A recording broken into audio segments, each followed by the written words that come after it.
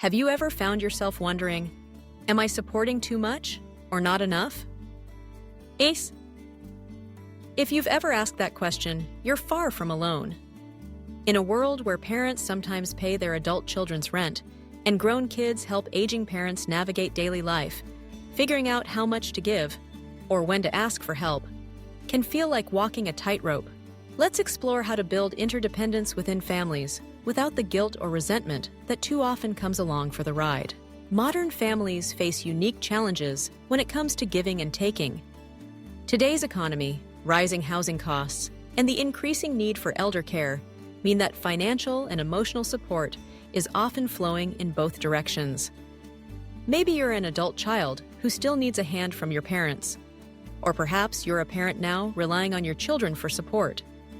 Sometimes both dynamics happen at once, leaving everyone feeling stretched thin. But beneath the surface, there's a deeper struggle.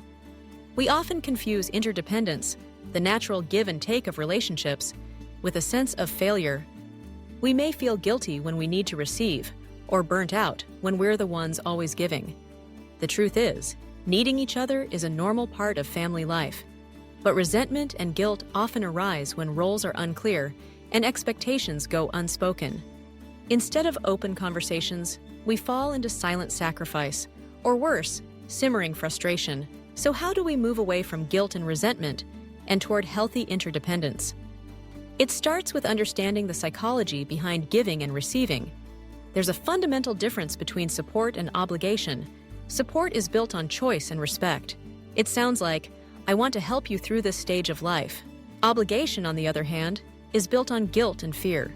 It whispers, if I don't help, I'm a bad child or a burden. Healthy families gebaut on mutual respect. That means giving isn't about martyrdom, and receiving isn't about shame. Giving without resentment requires boundaries, knowing where your limits are and communicating them. Receiving without guilt requires self-worth, believing you are worthy of care and support just as you offer it in return. Here are 3 intimate tips to help you balance support in your family.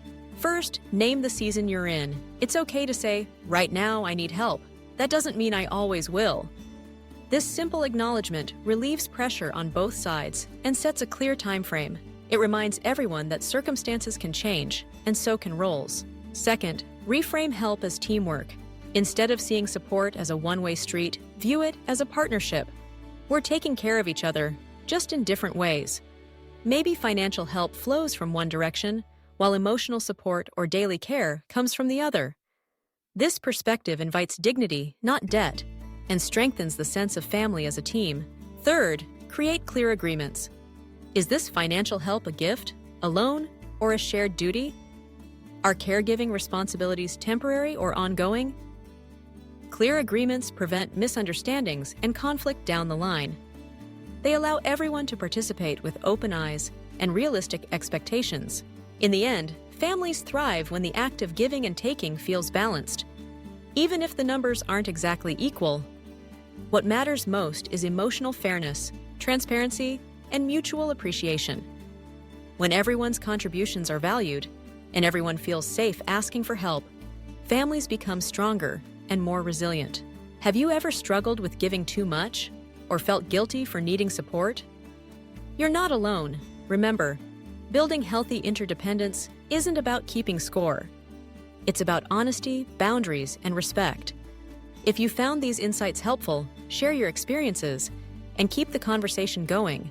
And for more on family psychology, emotional health, and meaningful relationships, stay tuned for our weekly updates.